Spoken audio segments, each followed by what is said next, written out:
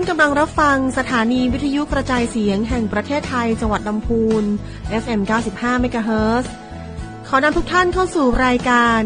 คุยเฟื่องเรื่องเกษตรลำพูนคุณที่อยากรู้ในเรื่องนี้ยังเชิญคุณมาฟังต่างคลื่นนี้นาเฮามีเรื่องเล่าบอกจามาเชิญมาฟังคุยเฟื่องเรื่องเกษตรลำพูนสวัสดีครับขอต้อนรับเข้าสู่รายการคุยเฟื่องเรื่องเกษตรลำพูนออกอากาศทางสถานีวิทยุกระจายเสียงแห่งประเทศไทยจังหวัดลำพูน FM 95 เมกะเฮิรตซ์ทุกวันเสาร์เวลา 17:00 ถึง 18:00 น.วันนี้พบกับเกษตรเอกนายเนตรดุลบุญทวีศักดิ์นักวิชาการการเกษตรชำนาญการสำนักงานเกษตรอำเภอลี้ในหัวข้องานส่งเสริมการเกษตรในตำบลกอและตำบลแม่ลานอำเภอลี้จังหวัดลำพูนซึ่งกระผมเป็นผู้รับผิดชอบงานในตำบลทั้งสองตำบลนี้ที่พ่อแม่พี่น้องฮ้องผมว่าเกษตรตำบลก่อนอื่นเกษตรเอกขอแนะนำตำบลที่เกษตรเอกได้รับผิดชอบเมื่อพ่อแม่พี่น้องได้รับฟังก่อนนะครับตำบลแรกก็คือตำบลแม่ลานอำเภอลี้จังหวัดลำพูนตำบลแม่ลานเป็นตำบลหนึ่งใน8ตำบลในเขตการปกครองอำเภอลี้จังหวัดลำพูนอยู่ทางทิศตะวันตกของอำเภอลี้ห่างจากอำเภอลี้ประมาณ23กิโลเมตรและห่างจากจังหวัดลำพูนประมาณ125กิโลเมตรพื้นที่ในเขตบริหารงานขององค์การบริหารส่วนตำบลแม่ลานมีพื้นที่ทั้งหมด179ตารางกิโลเมตรอาณาเขตของตำบลแม่ลานมีอาณาเขตติดต่อกับอำเภอและจังหวัดใกล้เคียงดังนี้ทิศเหนือติดกับตำบลโป่งทุ่งอำเภอดอยเต่าจังหวัดเชียงใหม่ทิศใต้ติดกับตำบลนาทรายอำเภอลี้จังหวัดลำพูนทิศตะวันออกติดกับเทศบาลตำบลลี้อำเภอลี้จังหวัดลำพูนทิศตะวันตกติดกับเทศบาลตำบลก้ออำเภอลี้จังหวัดลำพูนในการแบ่งเขตการปกครองการบริหารราชการส่วนท้องถิ่นแบ่งเขตการปกครองออกเป็นองค์การบริหารส่วนตำบลจำนวน1แห่งมี7หมู่บ้านดังนี้หมู่ที่1บ้านผาใต้หมู่ที่2บ้านหนองมะล้อหมู่ที่3บ้านแม่ลานหมู่ที่4บ้านแม่กองวะหมู่ที่5บ้านเด่นเมาหมู่ที่6บ้านผาใต้เหนือหมู่ที่7บ้านห้วยทรายขาวมีครัวเรือนทั้งหมด 1,122 ครัวเรือนพื้นที่ส่วนใหญ่ของตำบลแม่ลานเป็นพื้นที่ป่าภูเขาทำให้มือมีพื้นที่น้อยในการทำกินและที่ทำกินส่วนใหญ่บ่มีเอกสารสิทธิ์เนื่องจากเป็นพื้นที่ที่อยู่ติดเขตป่าสงวนและเขตอุทยานแห่งชาติแม่ปิงมีลำห้วยแม่หาดไหลผ่านประชาชนส่วนใหญ่ตั้งอยู่หมู่บ้านสองข้างลำห้วยและข้างถนนสายลี้กอลี้ผาใต้พื้นที่ส่วนใหญ่เป็นป่าไม้มีพื้นที่ถึง 80,955 ไร่พื้นที่ทั้งหมดของตำบลแม่ลานมีพื้นที่ประมาณ 111,875 ไร่เป็นพื้นที่ทำการเกษตร 13,842 ไร่ประชากรส่วนใหญ่มีอาชีพทำการเกษตร ถึง 90%มีอาชีพด้านการเกษตร937ครัวเรือนส่วนใหญ่จะปลูกเป็นลำไยเป็นหลักมีการทำลำไยทั้งในฤดูและนอกฤดูรองลงมาจะเป็นข้าวโพดเลี้ยงสัตว์และรองลงมาคือมันสำปะหลังอันนี้ก็เป็นข้อมูลเบื้องต้นของตำบลแม่ลานนะครับและยังมีแห่งตำบลหนึ่งที่เกษตร X ได้ดูแลอยู่นะครับก็คือตำบลก็แห่งตำบลนะครับเกษตร X จะขอแนะนำตำบลก็คร่าวๆให้พ่อแม่พี่น้องได้รับทราบนะครับตำบลก็อำเภอลีจังหวัดลำพูนตั้งอยู่ห่างจากที่ว่าการอำเภอลีทางทิศตะวันตกเฉียงใต้ระยะทางประมาณ39กิโลเมตรห่างจากจังหวัดลำพูนระยะทาง144กิโลเมตรเป็นพื้นที่ที่ตั้งอยู่ไกลที่สุดของอำเภอลีและจังหวัดลำพูนมีพื้นที่ประมาณ531.921 ตารางกิโลเมตรหรือประมาณ 332,450 ไร่การติดต่อสื่อสารการเดินทางหลักก็คือถนนลาดยางทางหลวงแผ่นดินหมายเลข1087เส้นทางสายลี้ผาใต้ก็ระยะทางจากที่ว่าการอำเภอลี้ถึงตำบลก็รวมระยะทางประมาณ39กิโลเมตรอาณาเขตของตำบลก็ทางทิศเหนือติดต่อกับเขตอำเภอดอยเต่าจังหวัดเชียงใหม่ทางทิศใต้ติดต่อกับเขตอำเภอแม่พริกจังหวัดลำปางทางทิศตะวันออก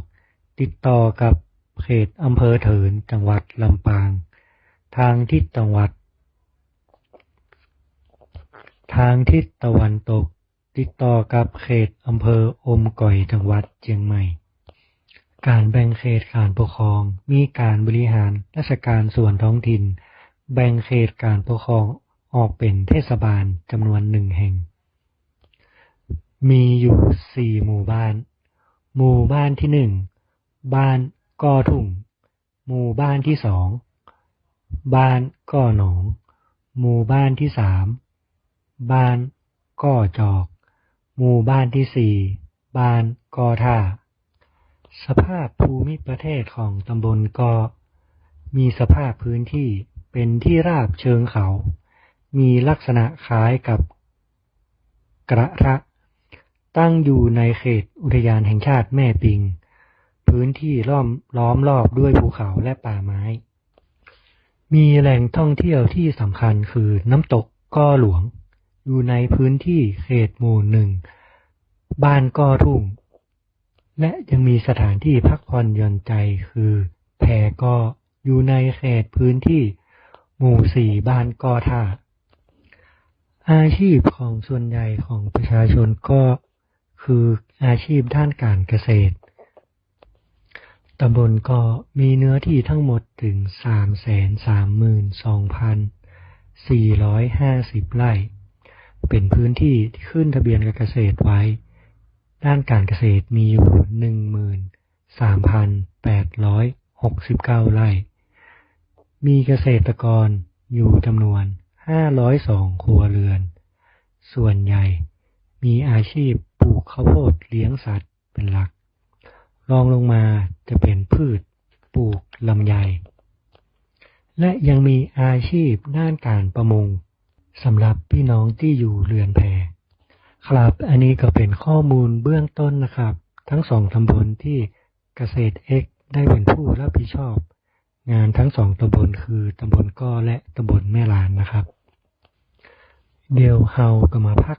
ฟังเพลงเพราะๆสักกำนะครับแล้วเดี๋ยวกลับมาพบกันใหม่ในช่วงที่2กันครับ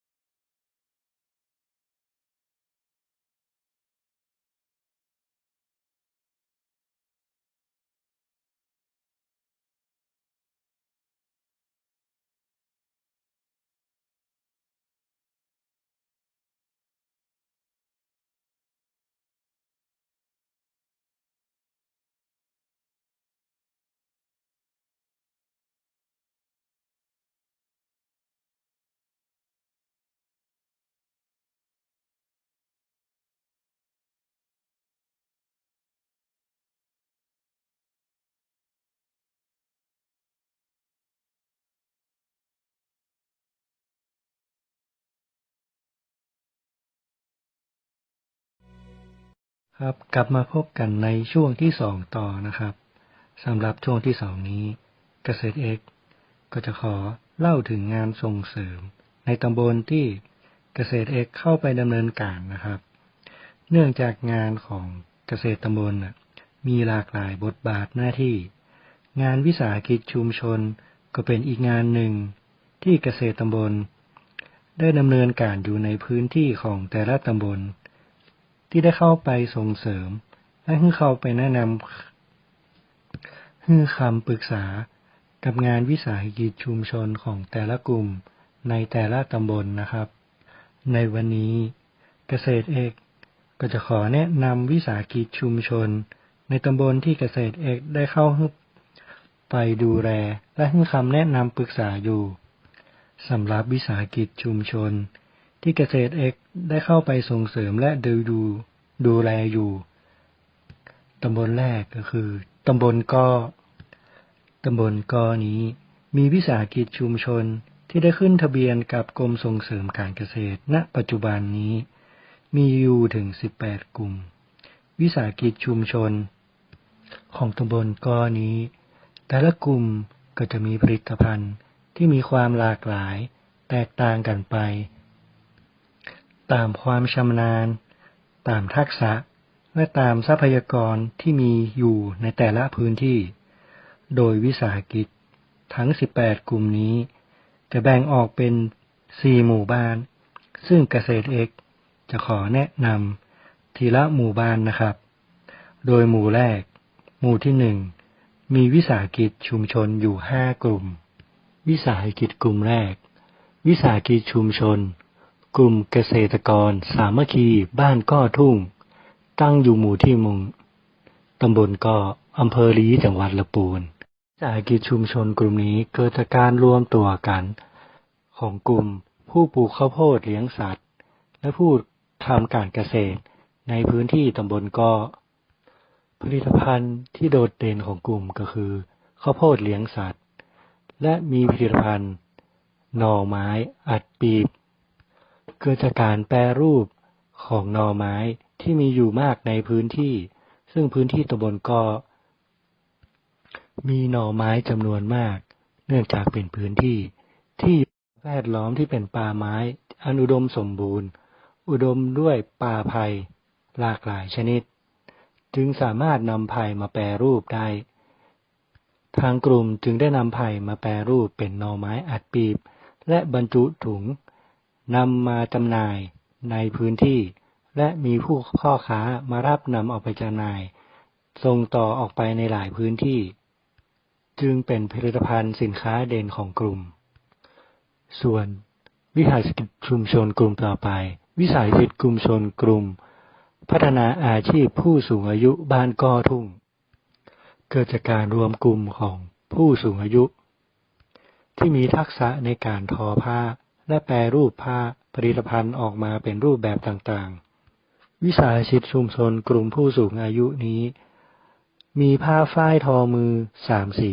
ที่มีชื่อเสียงที่สุดแห่งหนึ่งของจังหวัดลำพูนจากการผสมผสานของเส้นใยฝ้ายหลากหลายสายพันธุ์โดยผ่านการย้อมสีเพื่อมุ่งเน้นการเป็นมิตรกับสิ่งแวดล้อมและลดมลภาวะที่เกิดจากสารเคมีและน้ำเสียในการฟอกย้อมสีจนได้รับรางวัลผลิตภัณฑ์ที่เป็นมิตรกับสิ่งแวดล้อม Green Product ได้รับมาตรฐานระดับดีเด่นประจำปี 2565 ทางกลุ่มได้นำผ้าฝ้ายที่ทอนำมาทำผลิตภัณฑ์หลากหลายชนิดเช่นเสื้อหมวกกระเป๋าพวงกุญแจถุงย่ามและยังมีผ้าถุงลายแซงล้านนาลายพิกุลกลมลายพิกุลเหย่งลายดอกแก้วโดยสินค้าของทางกลุ่มมีหลากหลายราคาเริ่มตั้งแต่หลัก10ถึงหลักหมื่นบาทและนอกจากผลิตภัณฑ์ผ้าแล้วทางกลุ่มยังได้ผลิต สินค้าหลากหลายชนิดเช่นสบู่สมุนไพรกล้วยตากผลไม้แช่อิ่มลูกประคบนวดสมุนไพร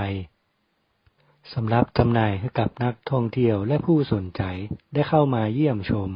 และมาซื้อผลิตภัณฑ์ได้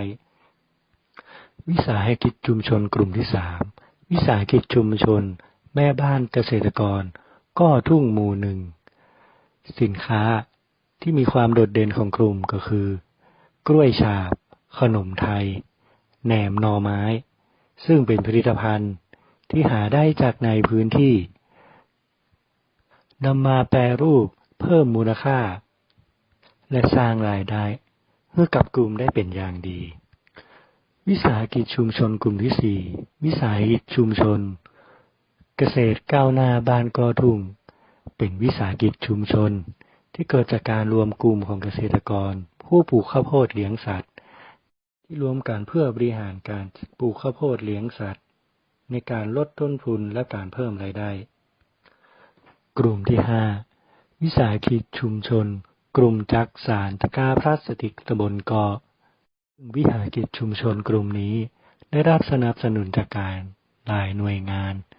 เพื่อพัฒนาฝึกอาชีพสำหรับเกษตรกรที่ว่างจากการทำอาชีพการเกษตรเพื่อเสริมสร้างอาชีพเสริมให้กับเกษตรกรต่อไปเป็นวิสาหกิจชุมชนที่อยู่หมู่ 2ตำบลเกาะมีวิสาหกิจชุมชนทั้งหมดอยู่4กลุ่มกลุ่มที่ 1วิสาหกิจชุมชนกลุ่มเลี้ยงไก่พันธุ์ไข่และไก่พันธุ์พื้นเมืองชุมชนกลุ่มนี้เกิดจากการรวมตัวกันของกลุ่มเกษตรกรเพื่อสร้างอาชีพเสริมโดยผลิตภัณฑ์ของกลุ่มมีทั้งไข่ไก่ไก่พันธุ์ไข่ไก่พันธุ์พื้นเมืองจำหน่ายให้กับในพื้นที่และนักท่องเที่ยววิสาหกิจชุมชนกลุ่มที่ 2วิสาหกิจชุมชนกลุ่มเลี้ยงวัวพ่อแม่พันธุ์และโคขุนตำบลเกาะเกิดจากการรวมตัวของเกษตรกรที่ต้องการทำการปศุสัตว์เพื่อสร้างอาชีพรายได้เสริมนอกจากการเกษตรแล้วผลิตภัณฑ์ของกลุ่มก็จะเป็นวัวขุนที่สร้างรายได้ให้กับกลุ่มได้อย่างเป็นกอบเป็นกำวิสาหกิจชุมชนกลุ่มต่อไปวิสาหกิจชุมชนกลุ่มเลี้ยงสุกรตำบลเกาะวิสาหกิจชุมชนกลุ่มนี้จะผลิตและจำหน่ายเนื้อสุกรจำหน่ายในพื้นที่ตำบลเกาะและจำหน่ายให้กับนักท่องเที่ยวกิจชุมชนนี้เกิดจากการรวมกลุ่มของเกษตรกรที่ต้องการสร้างอาชีพเสริมสร้างรายได้นอกจากการทำการเกษตรปลูกข้าวโพดปลูกลำไยในพื้นที่แล้ววิสาหกิจชุมชนกลุ่มที่ 4วิสาหกิจชุมชนการท่องเที่ยวโดยชุมชนตำบลเกาะเป็นวิสาหกิจที่ให้บริการการท่องเที่ยวในชุมชนและการท่องเที่ยวเชิงเกษตรในตำบลเกาะเนื่องจากตำบลเกาะแหล่งท่องเที่ยวทางธรรมชาติที่สวยงามมีชื่อเสียงระดับประเทศทำให้นักท่องเที่ยวต้องการมาเที่ยวที่ตำบลเกาะแหล่งท่องเที่ยวที่สำคัญก็คือน้ำตกเกาะหลวงทุ่งกิกผาแดง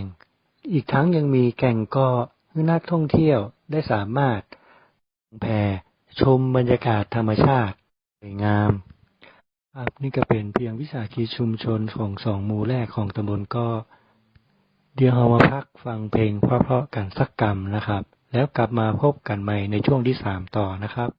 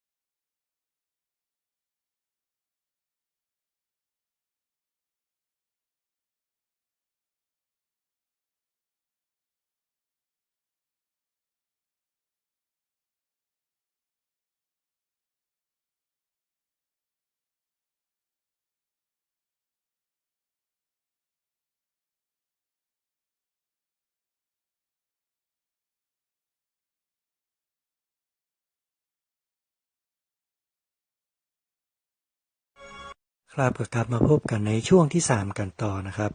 ในช่วงที่3นี้เกษตรเอกจะมาขอนำวิสาหกิจชุมชนที่เหลือแห่ง2หมู่บ้านในตำบลก็กับท่านผู้ฟังนะครับ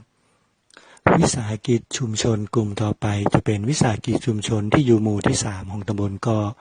กลุ่มที่แรกนะครับวิสาหกิจชุมชนบ้านก็กรีนฟาร์มวิสาหกิจชุมชนกลุ่มนี้ได้รวมตัวกันนะครับทำผลิตภัณฑ์เป็นกล้วยผงชงดื่มข้าวเกรียบฟักทองบะขามแช่อิ่มบะม่วงแช่อิ่มพริกแห้งบะม่วงแผ่นบะม่วงกวนเป็นผลิตภัณฑ์เด่นของกลุ่มมีไว้จำหน่าย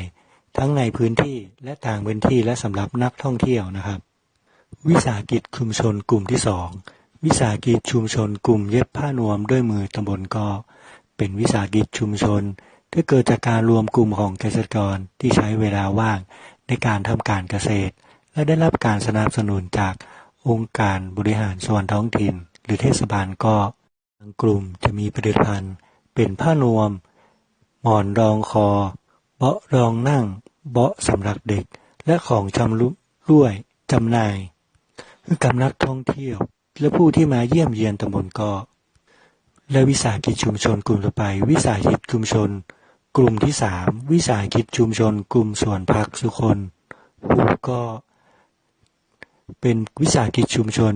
ที่ผลิตพืชผักสวนครัวต่างๆไว้จำหน่ายทั้งในพื้นที่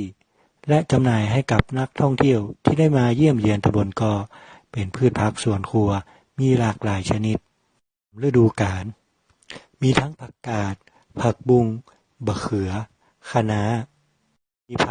พืชผักสวนครัวอีกหลากชนิดวิสาหกิจชุมชนกลุ่มต่อไปวิสาหกิจชุมชนกลุ่มที่4วิสาหกิจชุมชนอะดื้อมีดีเป็นวิสาหกิจชุมชนที่ผลิตภัณฑ์แปรรูปเป็นหน่อไม้ต่างๆเช่นหน่อไม้ดองหน่อไม้ต้มการแปรรูปผลิตภัณฑ์หน่อไม้ที่มีมากในพื้นที่ของตำบลก็เพื่อสร้างรายได้และเป็นอาชีพเสริมให้กับเกษตรกรวิสาหกิจชุมชนกลุ่มต่อไปวิสาหกิจรวมกลุ่มที่5วิสาหกิจชุมชนกลุ่มผู้ปลูกไผ่สร้างมนตำบลก็การรวมตัวของกลุ่มเกษตรกรตำบลก็ที่ต้องการสร้างรายได้เสริมคือการปลูกไผ่เนื่องจากพื้นที่ก็มีการใช้ไผ่เป็นจำนวนมากทั้งด้านการอุปโภคและบริโภคเนื่องจากไผ่มีประโยชน์ทั้งหลายด้านทั้งสามารถทำเฟอร์นิเจอร์สามารถทำแพรสามารถนำมาเป็นอาหารเพื่อบริโภคได้ทางกลุ่มเห็นความสำคัญจึงรวมกลุ่มกันเป็นวิสาหกิจชุมชนเพื่อผลิตทั้งก้าไผ่ลำไผ่หน่อไม้ดองหน่อไม้ถึง